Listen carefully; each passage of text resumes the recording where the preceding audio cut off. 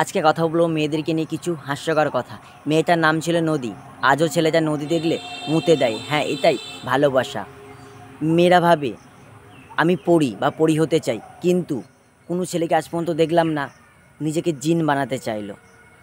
শিয়াল আর মেয়েদের মধ্যে কোনো পার্থক্য নেই, কারণ এরা দুজনেই নিজেকে পণ্ডিত ভাবে। ব্যাঙ আর মেয়েরা এরা দুজনেই এক, কারণ এরা বৃষ্টি হলেই লাফালাফি করে। বৃষ্টির মধ্যে সবথেকে সুন্দর মুহূর্তটা কী বলো তো? কোনো মেয়েকে স্লিপ কেটে পড়ে যাওয়ার মুহূর্তটা সবথেকে সুন্দর লাগে।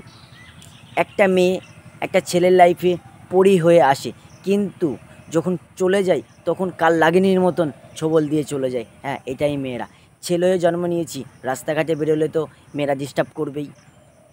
মেয়েরা ভাবে আমরাই সবথেকে সেরা, আর এই দুনিয়াতে কিছু নেই। তো তোদেরকে বলছি, তোরা একটা জ্যান্ত বোকাচোদা।